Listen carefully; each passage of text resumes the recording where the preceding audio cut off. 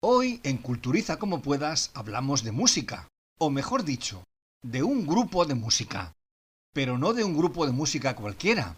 Nuestros protagonistas son una banda que se convirtió en banda sonora, en refugio, en adolescencia, en carretera, en verano, en vida. Hoy hablamos de Hombres G. Culturiza como puedas. Cine, series y cultura sin límites y sin complejos. Saludos culturales pero informales. Soy Luis Campoy y os doy la bienvenida al episodio 17 de Culturiza como puedas. Esta semana nos ponemos nostálgicos, cinéfilos y un poco gamberros, porque vamos a hablar de los mejores años de nuestra vida, pero no de uno, sino de dos. El de William Wyler, ese clásico solemne y precioso de 1946, y sobre todo el de Hombres G, que llega ahora en forma de documental para recordarnos que la vida a veces se mide en canciones. Hombres G no son solo un grupo, son un fenómeno, un recuerdo colectivo, un karaoke nacional y para muchos la banda sonora de media adolescencia. Hoy analizamos el documental, viajamos al cine clásico, escuchamos a un músico que vive la música en primera persona y cerramos con una escritora, Eva García Aguilera, que conoce a Hombres G mejor que algunos de sus primos. Ponte cómodo, sube el volumen y vamos a por los mejores años, o al menos a por los que nos quedan. El cine es cultura. Los mejores años de nuestra vida no es un documental sobre una banda. Es un documental sobre cómo una banda atraviesa la vida de un país.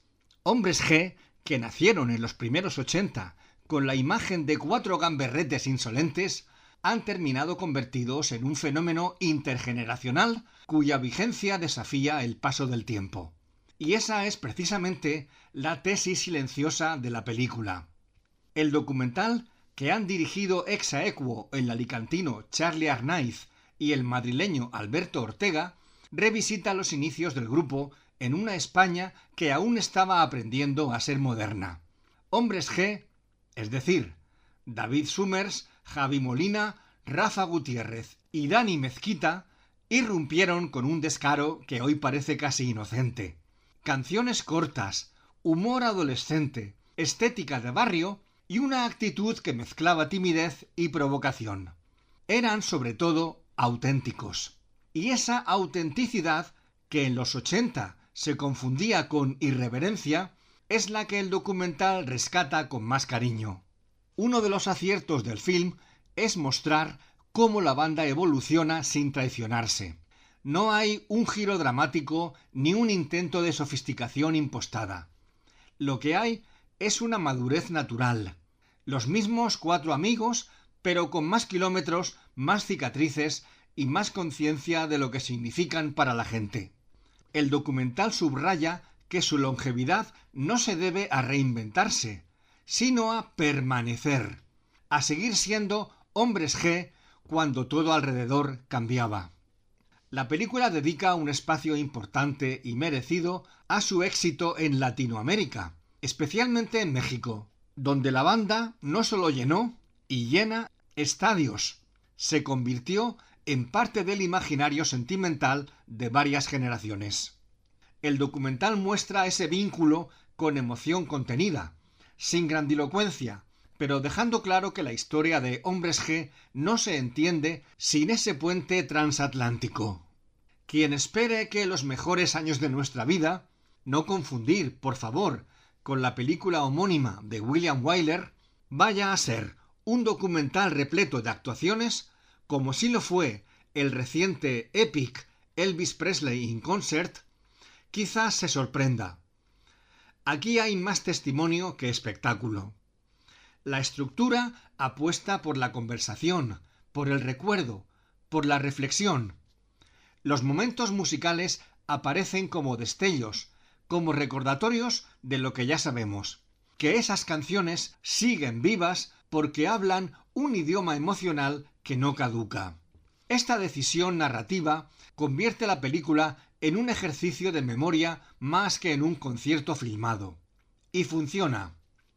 Eso sí, el documental pasa de puntillas por la polémica contemporánea en torno a la palabra marica dentro de la letra de la canción insignia de Hombres G, Devuélveme a mi chica.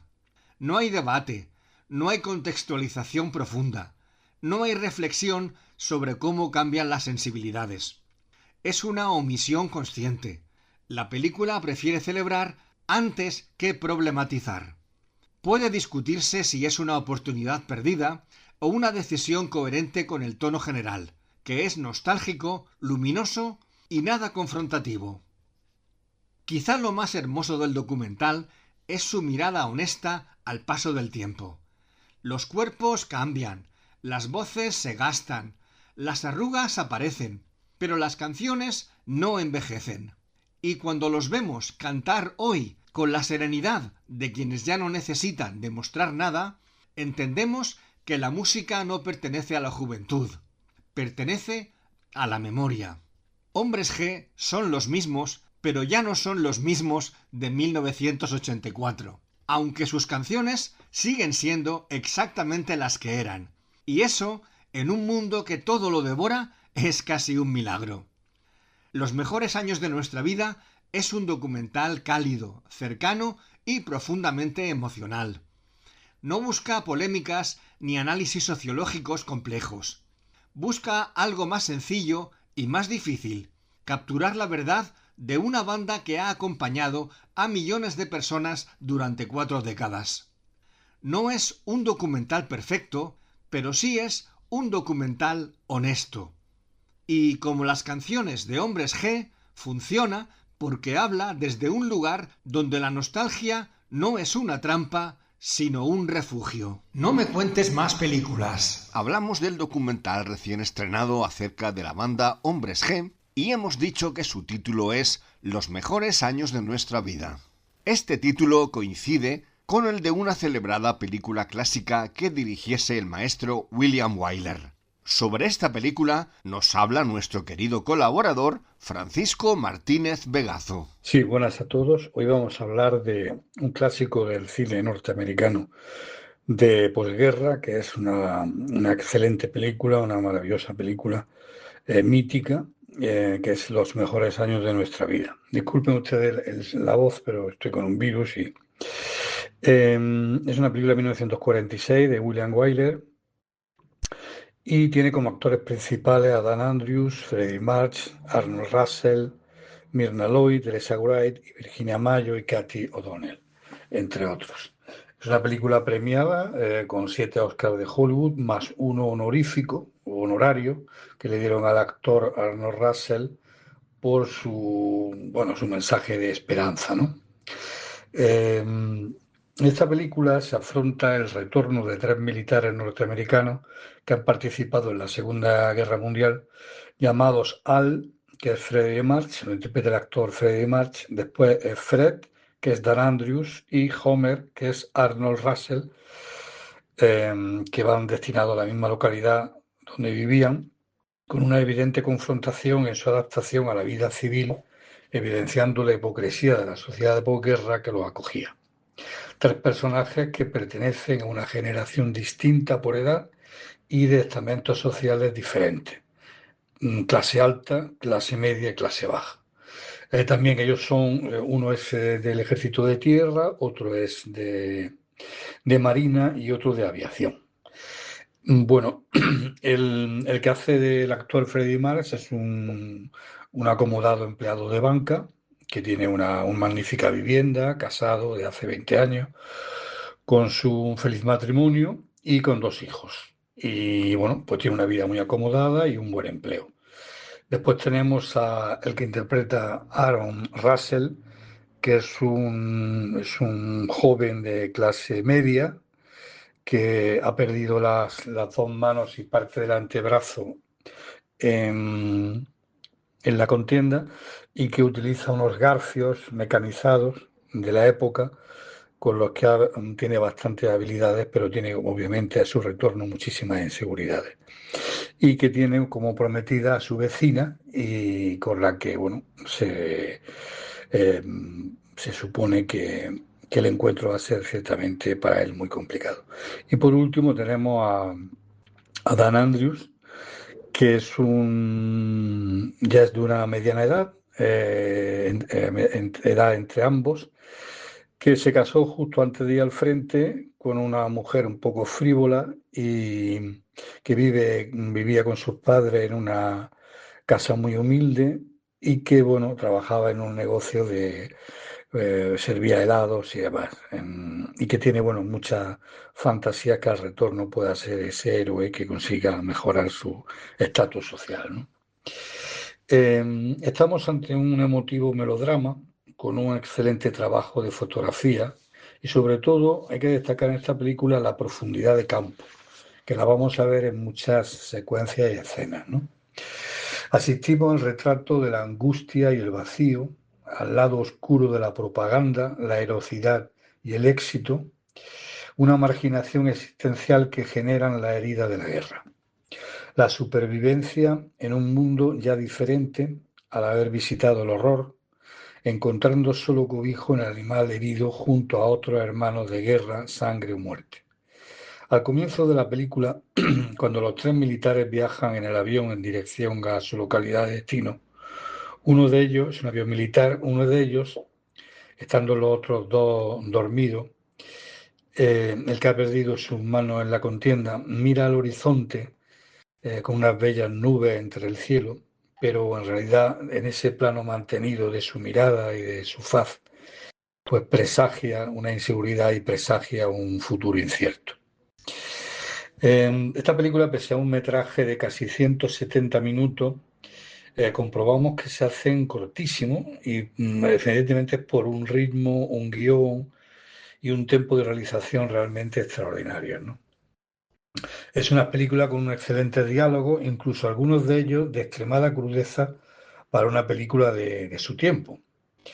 En ese sentido es una película bastante valiente. En grado y modo diferente, por distintas circunstancias, los tres protagonistas no reconocen su entorno a la llegada, sobre todo, ¿no? Y no porque éste haya cambiado tanto, y sí porque ellos ya no son los mismos. Inseguridades que dificultan el retorno o la adaptación, y no son los demás quienes se compadecen de ellos, y sí ellos mismos al tener que aprender a coexistir con sus propios fantasmas. La realidad como trituradora de ilusiones y sueños que el hombre alumbra en el frente a su retorno. También nos habla de la futilidad de las medallas y las distinciones. Y habiendo muchas secuencias realmente excelentes, cabe destacar, por ejemplo, la de la lujosa cena que dan los empleados del banco, en la que el director de la entidad, en un discurso que nos habla de que estamos ante el país que es el baluarte de la iniciativa individual, de la tierra de las oportunidades, irónica frase porque después seguidamente Freddie March ridiculiza como una mera frase de propaganda hueca y vacía si no se asume obviamente el riesgo de apostar por la ciudadanía, aun sin un soporte de suficiente aval o garantía.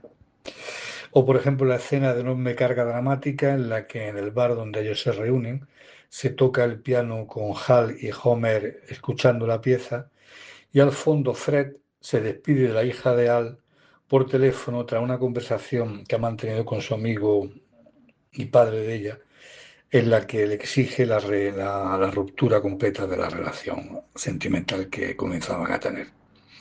Y obviamente, pese a esa crítica, dolor y reflexión que promueve la obra, también hay motivo para la esperanza con un final feliz para los tres protagonistas, algo por otro lado perfectamente lógico en una concesión lógica en una película de posguerra que también tiene que dar esperanza, confianza, certidumbre e ilusión. En realidad estamos ante una obra maestra del cine que ha aguantado perfectamente el paso del tiempo y que recomendamos su visionado en caso de que no se haya hecho. Un abrazo a todos y hasta la próxima. Cultura jurásica. A nuestro compañero jurásico le pasa como a mí. Cuando era joven, los hombres G ya tocaban. Es que somos prehistóricos. Hola, amigos de la cultura, amigos de la gran cultura. En Culturiza como puedas vamos a hablar un poquito de los hombres G Y sí, soy jurásico y alguna cosilla voy a decir. Lo primero que quiero comentar es que efectivamente los hombres G son incombustibles. David Summers, hijo de Manolo Summers, ya fallecido y un gran humorista, director, escritor, de todo un poco, era un crack. Su hijo también lo es, David Summers, creó allá por los años 80, 82 más o menos. Creó junto con otros buenos músicos, pues los hombres G. ¿Y qué queréis que os diga? Pues la pura realidad es que se han mantenido con épocas muy buenas hasta finales de los 80, poquito principios de los 90. Luego hubo un vacío importante. Cada uno se ha ganado la vida, todos los músicos de los hombres G, los cuatro que son, han ganado la vida y siguen. Y eso es lo importante, siguen al pie del cañón. Son unos auténticos jurásicos, de la música. Realmente son contemporáneos y coetáneos míos. Eso sí, unos genios en el aspecto de que, bueno, en España ya sabéis que siempre es difícil. Y el que no tiene padrino no se bautiza. Por lo demás, bien, la verdad es que hace una música sencilla, divertida, agradable. Bueno, no es Springsteen, porque Springsteen sigue estando ahí al mil por mil, pero casi. En fin, a nuestro nivel de estadio, de bebida, de mundo, pues la verdad es que nos han aportado bastante. Canciones divertidas, canciones majas y bueno, ¿qué queréis que os diga? Pues desde que matas tiene un marcapasos hasta la cagaste en Burlancaster o Venecia o por supuesto la de Sufre Mamón, pues sí, marcaron una época y un estilo de música ligera, agradable y que siempre da gusto. Y indudablemente lo mejor de ellos es que los puedes ver en directo. Siguen estando ahí y se mueven. Se mueven porque ya sabéis que la juventud hoy en día a los 60 es de los antiguos 40. Y sí, que ahí estamos, siguiendo dando guerra. Porque como siempre, culturizar como podáis. Vida y obra. Los hombres G son unos auténticos dinosaurios de la música, un grupo que, como hemos dicho, llevan más de 40 años componiendo, grabando, tocando, pero no son los únicos, evidentemente. No hace falta remontarnos a los Rolling Stones para comprobar que los que realmente aman la música y de alguna manera viven por y para la música, tienen unas vidas muy pero que muy intensas. Le he pedido a mi amigo el músico Paco Navarro, iba a decir un viejo rockero, pero diremos que es un veterano rockero, que nos hable un poco sobre su experiencia real sobre los escenarios. Hola amigos, soy Paco Navarro, también conocido en el ambiente musical y de los medios de comunicación como Paco Micro. Y bueno, grabo este podcast a petición de mi buen amigo Luis para hablar un poco de mi trayectoria musical. Yo, antes que nada, decir que bueno, llevo 43 años dedicado a este arte de la música, aunque no de manera profesional, hay que decirlo. Ha sido siempre una pasión, una afición y un hobby que inicié, pues eso, hace 43 años.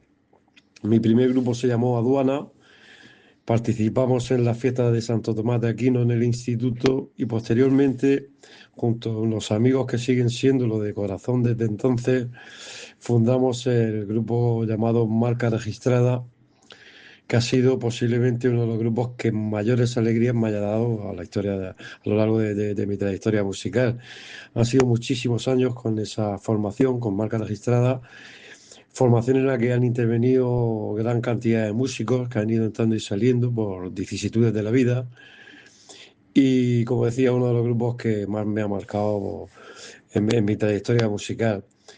Luego estuve colaborando con un proyecto de música latina, un grupo que se llama Aires Latinos. Montamos más tarde Mar de Cruces, que ha sido otro de mis grandes proyectos, junto a compañeros con los que ahora sigo trabajando tanto en proyectos musicales como la Asociación Músico-Cultural Madre Mía, que nos dedicamos a hacer conciertos. También estuve con Panorama Perfecto y ahora estoy en un proyecto llamado Señor Lobo, en el que junto a otros 3 compañeros hacemos versiones de clásicos del rock y del pop de todos los tiempos, mezclándolas con fragmentos musicales de bandas internacionales. Un proyecto que la verdad que nos está dando grandísimas alegrías, porque bueno, no paramos de hacer conciertos y para nosotros eso es vida. O sea, para el músico el concierto es la razón de tantas horas de trabajo, de esfuerzo, de no estar en casa, de hacer una inversión considerable en equipo personal, porque claro, imaginaros a lo largo de 42, 43 años la cantidad de instrumentos que he podido tener. Algunos de ellos los conservo y los utilizo en casa. Luego hace falta también una inversión considerable en aspectos técnicos de amplificadores, eh, elementos de sonido, pedaleras de sonido y huesos sin mencionar por todo el follón del cableado y accesorios que siempre son necesarios y que como todo pues se van desgastando por el uso, se rompen, hay que ir renovando en un mundo en el que la tecnología, igual que en todos los sectores, avanza a ritmo vertiginoso y eso de alguna forma te obliga, si quieres estar a la última también, el no parar de invertir dinero en este hobby que tenemos. Aparte de estas formaciones, he hecho también trabajos para musicales de teatro. Primero fue con el Cabaret de Berlín, dirigido por el que entonces era director del Teatro Guerra, mi amigo Bayonas, y posteriormente en un proyecto de un musical infantil con temática de pirata que se representaba en teatros y auditorios y en el que la música era en directo.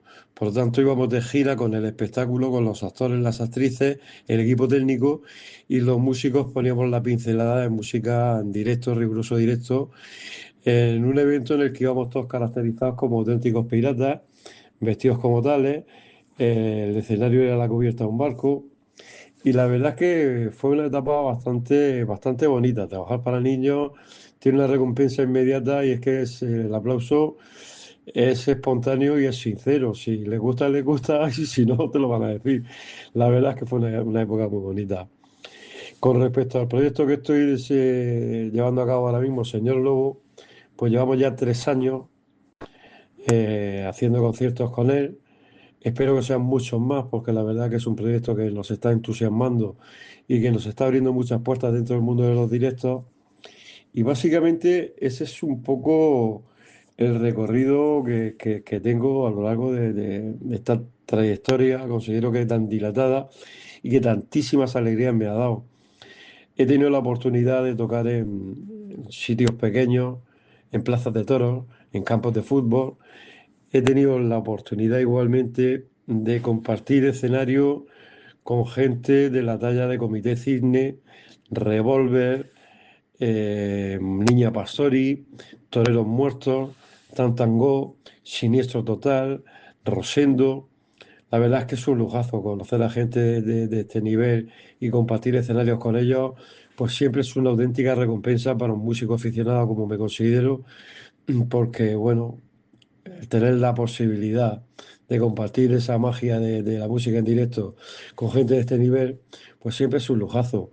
No quiero extenderme mucho, simplemente quería, bueno, pues hablar un poquito de esta trayectoria que llevo, de la cantidad de horas de ensayo, que eso es lo que nadie ve, la cantidad de horas de carretera que nos tenemos que tragar muchas veces en ir y venir, la cantidad de horas de montar y desmontar equipo, en fin, un mundo complicado que sin lugar a dudas, si te apasiona igual que me apasiona a mí, pues reporta una satisfacción que no se puede narrar con palabras.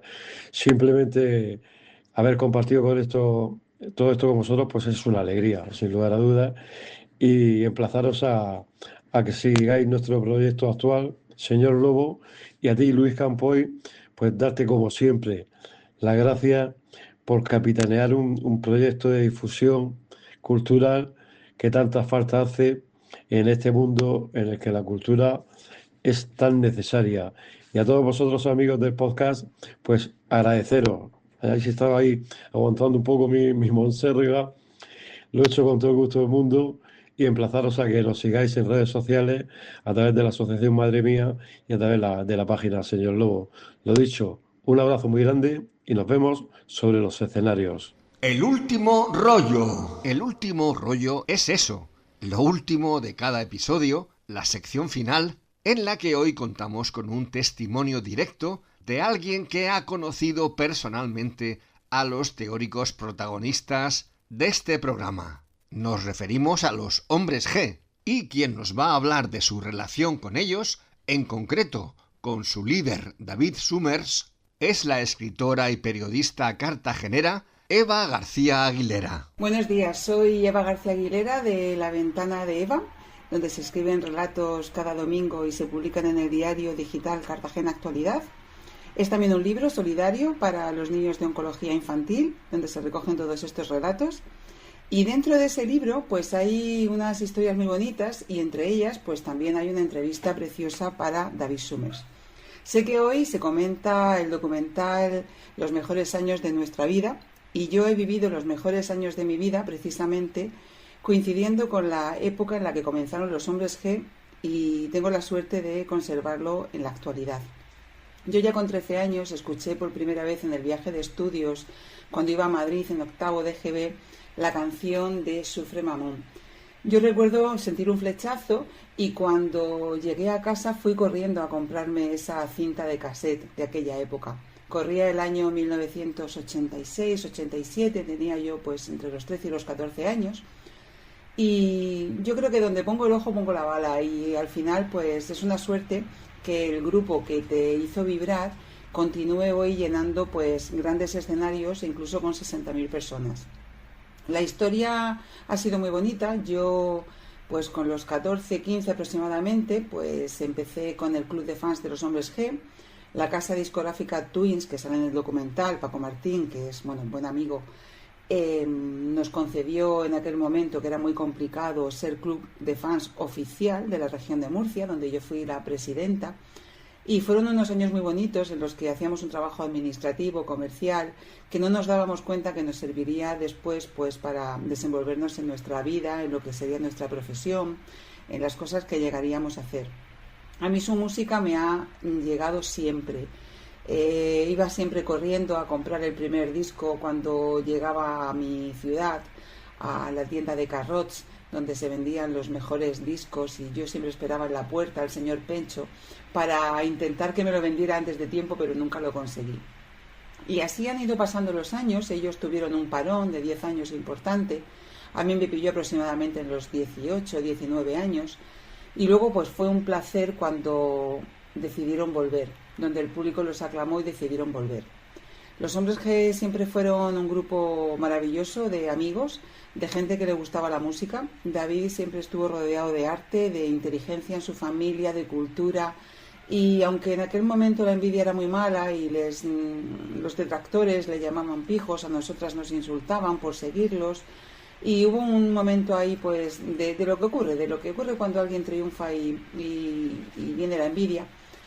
Pues llegó el momento en el que la gente se dio cuenta que eran maravillosos, que traen buen rollo y que no había que esconderse a la hora de decir me gustan estos chicos. Yo he tenido la suerte con David de, a partir de su vuelta aproximadamente, de empezar a tener una relación bonita con él.